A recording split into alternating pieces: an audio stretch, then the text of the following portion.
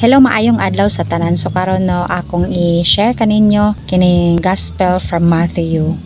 chapter 1. So sa niaging adlaw mga igsoon akong gi-live apan ang live di ay is ma-delete siya after 30 days. So ang akong gibuhat, ako na lang gi-video kung kinsa kadtong willing maminaw sa pulong sa Ginoo. So this is your time, this is your chance to listen the word of God. Gospel from Matthew chapter 1. Mateo kapitulo 1. Ang basahon sa kagikanan ni Hesukristo, anak ni David, anak ni Abraham. Si Abraham nanganak kang Isaac, og si Isaac nanganak kang Jacob, og si Jacob nanganak kang Juda, og sa mga igsoon niya. Og kang Tamar, si Juda nanganak kang Fares og kang Zara, og si Fares nanganak kang Esrom, og si Esrom nanganak kang Aram, og si Aram nanganak kang Aminadab, og si Aminadab nanganak kang Nahason, og si Nahason nanganak kang Salomon, og kang Rahab nanganak si Salomon kang Boz, og kang Ruth si Boz nanganak kang Obed, og si Obed nanganak kang Isay, og si Isay nanganak kang David nga hari, og si David nga hari nanganak kang Salomon sa kanhi na asawa ni Urias, og si Salomon nanganak kang Roboam, og si Roboam nanganak kang Abia, og si Abia nanganak kang Asa, og si Asa nanganak kang Hosafat, og si Hosafat nanganak kang Horam, og si Horam nanganak kang Ozias, og si Ozias nanganak kang Huwatam, og si Huwatam nanganak kang Akaz, og si Akaz nanganak kang Ezekias, og si Ezekias nanganak kang Manases,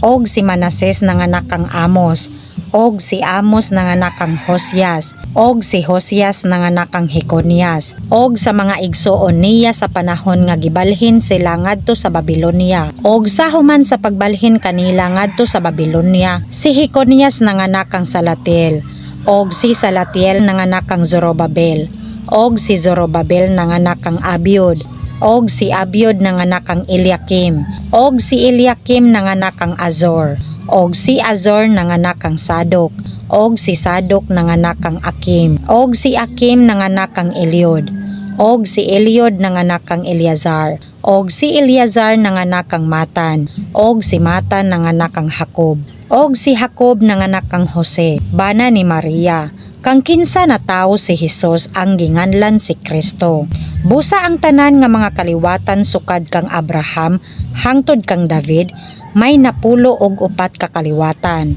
og sukad kang David hangtod sa pagpabalhin kanila ngadto sa Babilonia, napulo og upat ka kaliwatan, og sukad sa pagpabalhin kanila ngadto sa Babilonia hangtod kang Kristo, napulo og upat ka kaliwatan. Karon ang pagkatawo ni Hesukristo ingon niini, sa kaslunon pa ang iyang inahan nga si Maria kang Jose, sa wala pa sila managkatiayon, hingkaplagan siya nga nanamkon tungod sa Espiritu Santo. Og si Jose nga iyang pamanhonon, sanglit tawo nga matarong, og dili siya buot magapakaulaw kaniya, naghuna-huna pagbiya kaniya sa tago, og sa nagapalandong siya niining mga butanga, ania karon, mipakita kaniya sa damgo, usa ka manulunda sa Ginoo nga nagaingon, Jose, anak ni David, ayaw kahadlok pagdawat kang Maria nga imong pangasawunon, kay ang gipanamkon niya, iya sa Espiritu Santo, og siya magaanak og usa ka anak nga lalaki, og pagatawgon mo ang iyang ngalan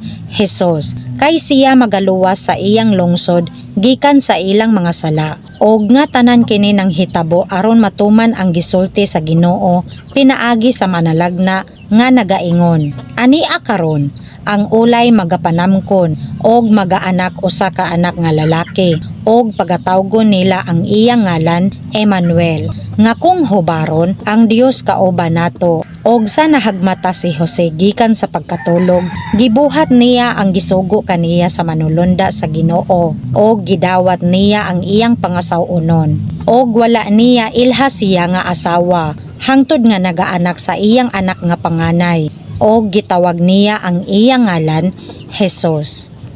Thank you and God bless.